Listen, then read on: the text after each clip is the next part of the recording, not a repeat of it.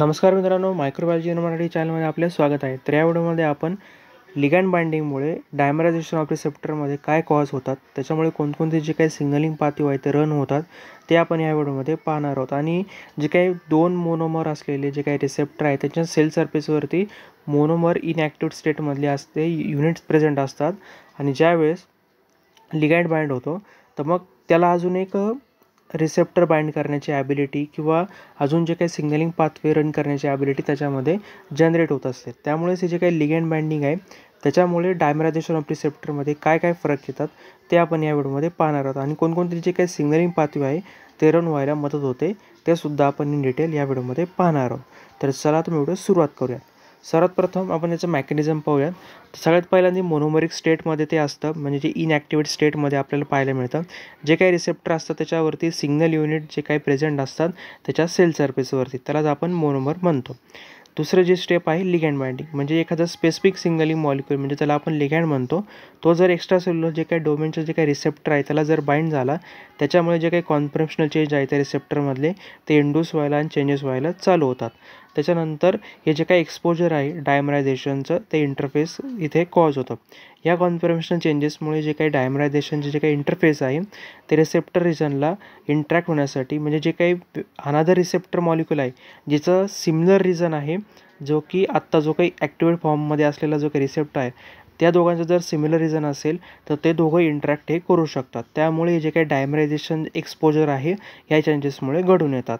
त्याच्यानंतर dimer formation, आणि ज्यावेळेस जे काही ॲक्टिवेटर रिसेप्टर आहे तो एखाद्या दुसऱ्या मॉलिक्यूलसोबत किंवा दुसऱ्या रिसेप्टरसोबत असोशिएटमध्ये येतो आणि त्याच्यामुळे एक डायमर फॉर्म होतं. म्हणजे दोन रिसेप्टर युनिटचं एक कॉम्प्लेक्स युनिट फॉर्म होतं, त्याला म्हटलं जातं डायमर. म्हणजे दोन मोनोमर एकत्र येऊन एखादा कॉम्प्लेक्स फॉर्मेशन केला जातं, त्याला म्हटलं जातं डायमर. आणि ह्या डायमर फॉर्मेशनमुळे जे काही इंट्रासेल्युलर सिग्नलिंग आहे ती कॉज होत असते.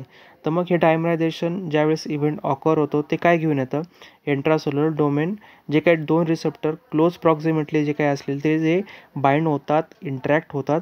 त्यामुळे जे काही पर्टिक्युलरली जर आपण पाहिलं, जे काही रिसेप्टर थायरोसिन कायनेज म्हणजे आर्टिकेज हा जो काही पर्टिक्युलर असलेला जो रिसेप्टर आहे तो जर एखाद्या डोमेनने दुसऱ्या डोमेनवरती किंवा रिसेप्टरने प्रॉक्झिमेटली जर अलाव केला आणि जे काही कायनेज डोमेन आहे ते फॉस्फोलेट करण्याचं, म्हणजे ट्रान्स ऑटोफॉस्फोरिलेशन ही प्रोसेस इथे घडून येते, जेणेकरून फॉस्फोरिलेशन झाल्यानंतर त्याला एक डॉकिंग साईट निर्माण होते. आणि ते डॉकिंग साईट जे काही असेल, जे काही इंट्रासेल्युलर सिग्नलिंग प्रोटीन आहे अजून जे काही साईट आहे त्याला बाइंड करण्यासाठी काम होते. आणि याच्यामुळे जे काही सिग्नलिंग पाथवे किंवा डाऊनस्ट्रीम सिग्नलिंग पाथवे हे इनिशिएशन होण्यासाठी कामात होतं. म्हणजे इंट्रासेल्युलर सिग्नलिंग म्हणजे काय, एखादा रिसेप्टर दुसऱ्या रिसेप्टरला बाइंड झाला त्याच्यामुळे डायमरेशन फॉर्म झालं. कशामुळे, लिगॅंड बाइंडिंगमुळे.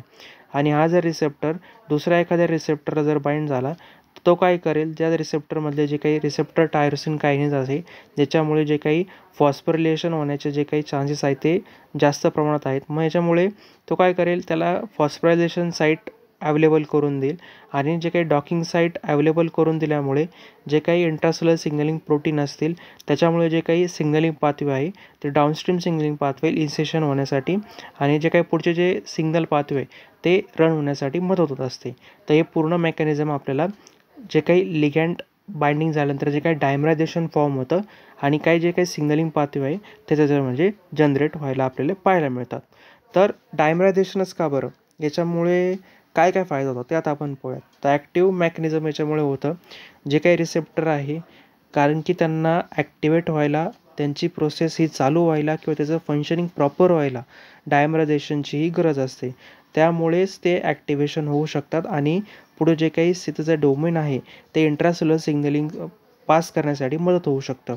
आणि जर एखादा जर क्लोजली प्रॉक्झिमेटली असलेला जो काही मॉलिक्यूल असेल तो त्याला बाइंड झाला तर त्याच्यामुळे जे काही ट्रान्स ऑटोफॉस्फोरायलायझेशन आहे त्याच्यामुळे, कारण की हे जे आर्टिकेज आहे त्याला ॲक्टिवेट करण्यासाठी कायनेजची गरज असते. तर मग एखाद्या दुसऱ्या मॉलिक्यूलने जर कायनेजचं जे काही त्याला प्रोव्हाइड केलं आणि त्याच्यामुळे जे काही सिग्नलिंग पाथवे आहे तो त्याच्यामुळे रन होतो आहे. तर मग डायमरायझेशन का बरं तिथं ॲक्ट होतं, कारण की हे ॲक्टिवेशन करण्यासाठी आणि त्याला पूर्णपणे ॲक्टिव्ह करण्यासाठी आणि जो काही त्याचं फंक्शन आहे ते रेग्युलेट करण्यासाठी, मेंटेन करण्यासाठी वापरलं जातं. सिग्नल स्पेसिफिसिटी आणि ॲम्प्लिफिकेशन. हे डायमरायझेशन काय प्रोव्हाइड करतं, जे काही स्पेसिफिक जे काही सिग्नलिंग मेकॅनिझम आहे जे की लिगॅंड बाइंडिंगमुळे किंवा मोनोमेरिक रिसेप्टरमुळे जे कॉज झाले त्याच्यामुळे जे काही सिग्नलिंग पाथवे आहे किंवा मेकॅनिझम आहे त्याला रोबूस्ट करण्यासाठी किंवा रिस्टार्ट करण्यासाठी याचा वापर केला जातो. आणि हे सिग्नलिंग काय केलं जातं, जे काही सिग्नलिंगचं ॲम्प्लिफिकेशन होऊन जे काही मल्टिपल डाऊनस्ट्रीम जे काही इफेक्टर आहे त्याला ॲक्टिवेट करण्यासाठी याचा मदत होत असतो. तसंच रिसेप्टर ट्रॅफिकिंग आणि स्टॅबिलिटी, याच्यामुळे काही केसेसमध्ये काय होतं, जे काही डायमरायझेशन आहे ते रिसेप्टरला मॅच्युरेशन करण्यासाठी त्या रोल प्ले करण्यासाठी वापरला जातं, जेणेकरून तो जो काही त्याचे सेल सरफेस आहे तो ट्रान्सपोर्ट करू शकेल आणि त्याची जी काही स्टॅबिलिटी आहे तो ते इन्क्रीजही करू शकेल. तर डायमरायझेशनमुळे आपल्याला 3 मेन जे काही त्याचे फायदे आपल्याला पाहायला मिळतात.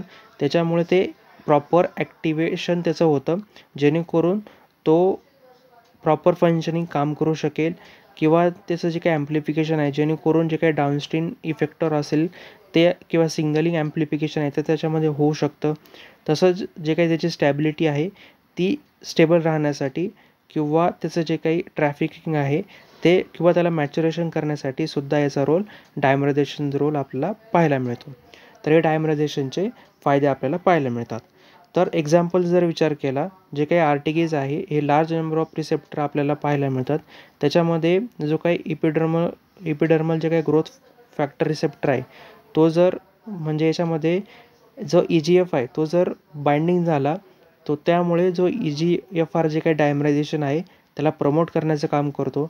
जे काही फेब्रोप्लास्ट ग्रोथ फॅक्टर रिसेप्टर आहे याच्यामध्ये जर FGF जो काही आहे तो जर बाइंडिंग झाला तर तो FGFR डायमरायझेशनला इंड्यूस करण्याचं काम करतो. आणि असंच एक्झाम्पल आहे वॅस्क्युलर एंडोथेलियम ग्रोथ फॅक्टर रिसेप्टर, जेणेकरून तो त्याचं डायमरायझेशन कॉज होतं आणि बाइंडिंगची ॲफिनिटी आहे ती इन्क्रीज करण्यास मदत करतो. तसंच जे काही इन्सुलिन रिसेप्टर आहे याच्यामध्ये इन्सुलिन जर एखाद्या बाइंड झाला तो काय प्रमोट करणार, कॉन्फर्मेशन चेंजेस करेल आणि त्याची जी काही स्टॅबिलिटी आहे प्री एक्झिस्टिंग जो काही डायमर आहे त्याला ॲक्टिवेट करून त्याचं कायनेस डॉमेन ॲक्टिवेट करून आणि त्याच्यामध्ये जे काही कॉन्फर्मेशन चेंज वगैरे ऑकर आल्यामुळे तो जे काही सिग्नलिंग पाथवे आहे ते रन होण्यामध्ये मदत होत असते. तर हे झालं त्याचं एक्झाम्पल. अजून जर एक्झाम्पल जर आपण विचार केला सायटोकाईन रिसेप्टर, जे काही रिसेप्टर असतात ते म्हणजे त्याच्यामध्ये जर आपण पाहिलं ग्रोथ हॉर्मोन रिसेप्टर आहे किंवा एथ्रोपोएटिन जे काही रिसेप्टर आहे हे जे काय करतात, ज्यावेळेस डायमरायझेशन किंवा ऑलिगोमरायझेशन हे त्याच्यामध्ये लिगॅंड बाइंडिंगमुळे कॉज होतं तर त्याच्यामुळे जे काही नॉन रिसेप्टर जे काही टायरोसिन कायनेज आहे म्हणजे जॅकस्टॅट जो काही पाथवे आहे तो याच्या असोसिएशनमुळे ॲक्टिवेशनमध्ये जाऊ शकतो. तसंच जे काही जी प्रोटीन कपल रिसेप्टर आहे याच्यामुळे जे काही फंक्शन असतं मोनोमरचं ते इन्क्रीज होण्यामध्ये, जेणेकरून ते होमोडायमर टू हेटेरोडायमर कन्वर्ट होऊ शकेल. कारण की जे काही जी प्रोटीन म्हणजे जो काही कपल रिसेप्टर हा जो काही पाथवे आहे त्याच्यामध्ये होमोडायमर कॅन फॉर्म होमोडायमर और हेटेरोडायमर, त्याचं कॉजेस जास्त प्रमाणात किंवा जे काही त्याचं काही फंक्शनिंग आहे ते ट्रेडिशनली ऑकर होण्यामध्ये मदत होत असते. तसंच जे काही इंटरॅक्शन याच्यामुळे इन्फ्लुएन्स होण्यामध्ये किंवा जे काही सिग्नलिंग प्रॉपर्टीज आहे त्याच्यावरती अफेक्ट होण्यामध्ये मदत होत असते. तसंच जे काही ओपिओइड रिसेप्टर आहे, ॲडेनोसाईन रिसेप्टर आहे, एडेनर्जेनिक जे काही रिसेप्टर आहे याला इंड्यूस करण्यामध्ये किंवा याचे जे काही ॲबिलिटी आहे ते इन्फ्लुएन्स करण्यामध्ये याचा मदत होतो. म्हणजे याच्यामध्ये जर पाहिलं लिगॅंड काय काम करतं, जेणेकरून त्याला एक डॉकिंग साईट देईल, डॉकिंग साईट दिल्यानंतर तो एखाद्या रिसेप्टरला बाइंड होईल, तो मोनोमरचं कन्व्हर्जन डायमरायझेशनमध्ये होईल, जेणेकरून जे काही सिग्नलिंग पाथवे त्याच्यामध्ये रन होतील आणि वेगवेगळे जे पाथवे रन झालेत म्हणजे त्याचं जे काही प्रॉपर फंक्शनिंग आहे ते तिथं चालू राहील. तर या व्हिडिओमध्ये आपण लिगॅंड बाइंडिंगमुळे डायमरायझेशन ऑफ रिसेप्टरवरती कोणकोणते कॉजेस होतात आणि डायमरायझेशनचा याच्यामध्ये कोणकोणता त्याचा रोल आहे ते आपण डिस्कस केलं. जर तुम्हाला माझा व्हिडिओ आवडला असेल नक्की व्हिडिओ लाईक करा आणि चॅनल सबस्क्राईब करायला विसरू नका. आणि जर तुम्हाला एखाद्या टॉपिकवरती जर स्पेसिफिक व्हिडिओ जर पाहिजे असेल तर तुम्ही ते कमेंट करू शकता. आणि हा जो टॉपिक डिस्कस केला आहे व्हिडिओमध्ये तर त्याचे नोट्स जे काय असेल मी टेलिग्राम चॅनलवरती टाकलेले आहेत आणि टेलिग्राम चॅनलची जी लिंक आहे ते मी डिस्क्रिप्शनमध्ये मी दिलेली आहे. तर चला भेटूया पुढच्या व्हिडिओमध्ये.